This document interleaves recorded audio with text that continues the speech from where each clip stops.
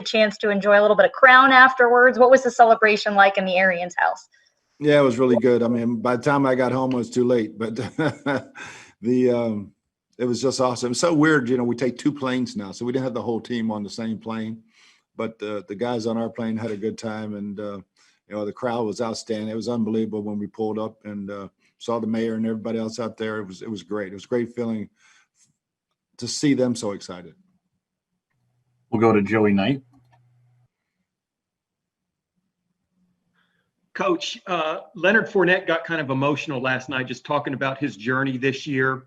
And he said at some point he had a heart-to-heart with you.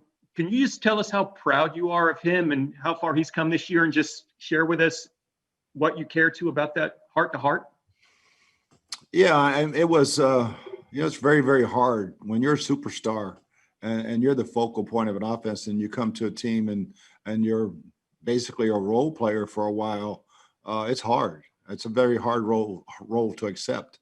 And just told him this team is special. I mean, and you're a huge part of it. Embrace your role. You never know when your role is going to change. And then Roe got hurt. He got COVID, then he got hurt. And so, yeah, I'm really proud of Leonard and the way he's handled it. Appreciate it. We'll go to Scott Reynolds. Hey, Bruce, when we spoke with you last night, you weren't sure who the opponent was. We now know it's the Chiefs. What can you say about this rematch from Week 12? Yeah, I mean, that game was, that was one that was, we were, I think, down 17, and then we came storming back and just couldn't get the ball back. Should be a great game. Should be a really good game. And they're a hell of a football team, and they're super well coached by Andy and his whole crew, Spags and everybody. Great players. So it should be fun.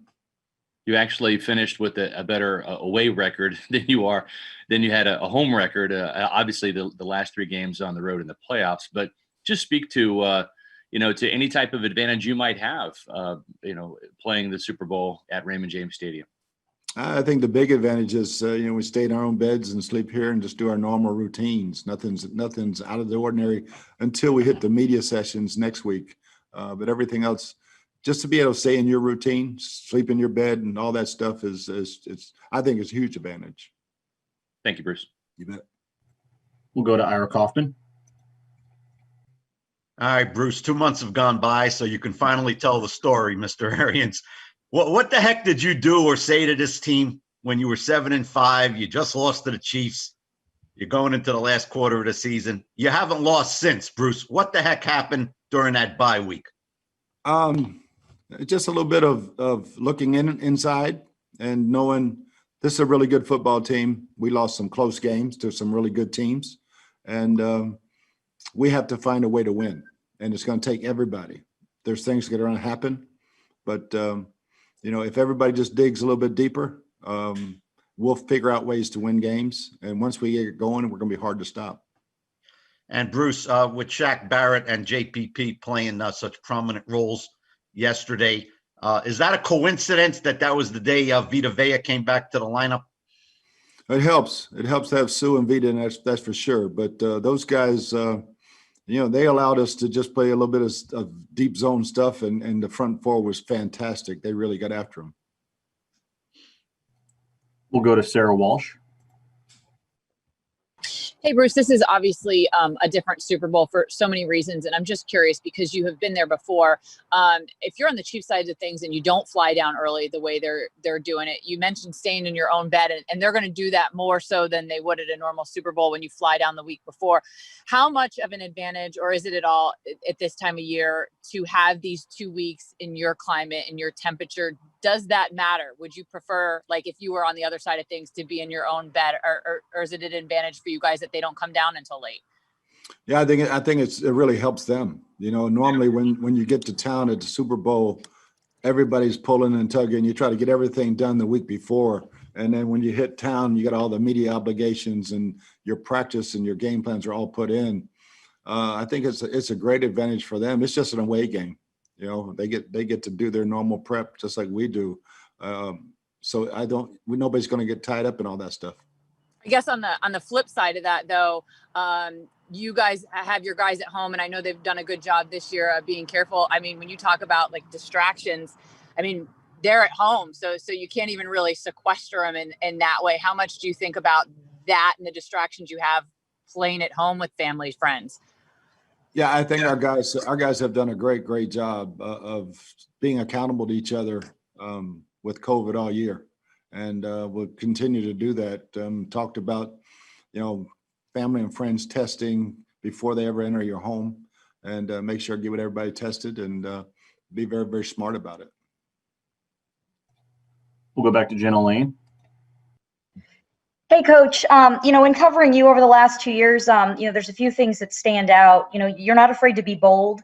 You have a lot of conviction to you, and, you stick by what you believe in. And you could see that when you went out and said at the combine that you wanted Tom Brady, or, when you made the decision to bring in Antonio Brown, when you challenged players to step up beyond just protests, and to take action, and you saw that the changes that took place with the social justice committee. And so I'm just, from kind of a personal standpoint, if you could just speak to the importance of having conviction and sticking true to your beliefs, staying true to your beliefs as a head coach. Yeah, I think that's true just to be a person. I think what we're going through as a country, and what we're going through with the virus and everything, you just have to be committed. And for me, it's easy. We have a cause, and when you get committed to a cause, and our cause is to put rings on our fingers, you do everything you can to reach that goal. We'll go over to Luke Easterling. Bruce, obviously, we saw big plays from some of your most important players, the big names. We've already talked, so much about what this means for Tom to go back to the Super Bowl. But can you point to maybe a couple of players or even moments or plays in that game Sunday that really turned the tide or were really key that maybe don't get enough credit right now? Yeah, I think Sean's interception was huge. It was really big. I think our offensive line and tight ends, I mean, they don't get enough recognition how good they're playing these last few weeks. And the protection has been outstanding. We missed one blitz pickup that led to an interception, and that was probably the only really bad play. But everybody's, all the big names, it was a 5-star game, and the 5-star players should show up. We'll go to Kevin O'Donnell.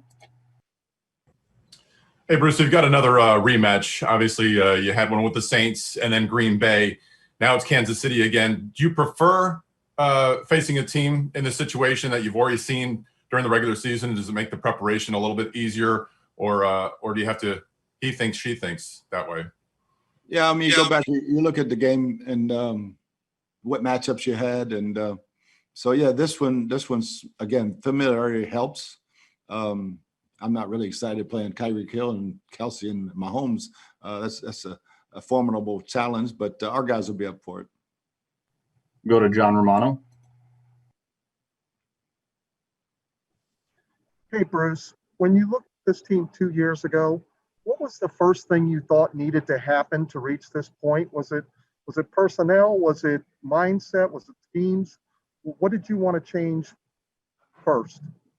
The culture and breaking that losing culture.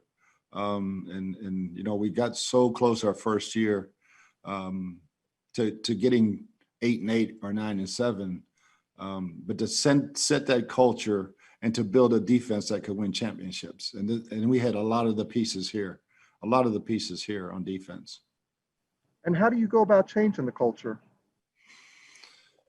It's accountability. It's accountability to the cause, and honest to God, caring for each other. If you don't care about each other, you won't be accountable to each other. And this team is really close.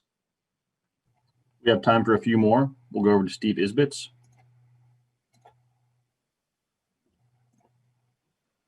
Steve? Okay, we'll go to Ira Kaufman. Bruce, I don't want to spoil your day, but you got Travis Kelce dead ahead. Bruce, you've been around a lot of great tight ends. You've seen a lot of great tight ends. To me, this is the guy that stirs the drink in Kansas City. The third down target. How do you contain this guy? Yeah, it's really hard. Yeah, I mean, He reminds me a lot of Tony Gonzalez back when he was unbelievable, just trying to stop him. Thanks. Because he's got wide receiver skills and he runs like a wide receiver. He runs routes like a wide out. He beats corners. So it's a hard challenge, but Tyler will come up with some schemes. But again, we got to get after the quarterback, and we can't let him run around and make those crazy plays that he and Kelce do so well. Okay, we're going to close out with one from Joey Knight. Coach, going back to that first Chiefs game, I think a lot of people remember Tyreek Hill. What sticks out in your mind about that game? Any endearing images from that game? Yeah, just not getting that ball back at the end, and making a good comeback, and we'll help a little bit more than we did in that ball game. And again, you learn from mistakes, you learn from really good things, and there were some really good things in that game. So we got a lot of stuff to build on. All right, that's all for today. Thanks, Coach. Thanks, guys.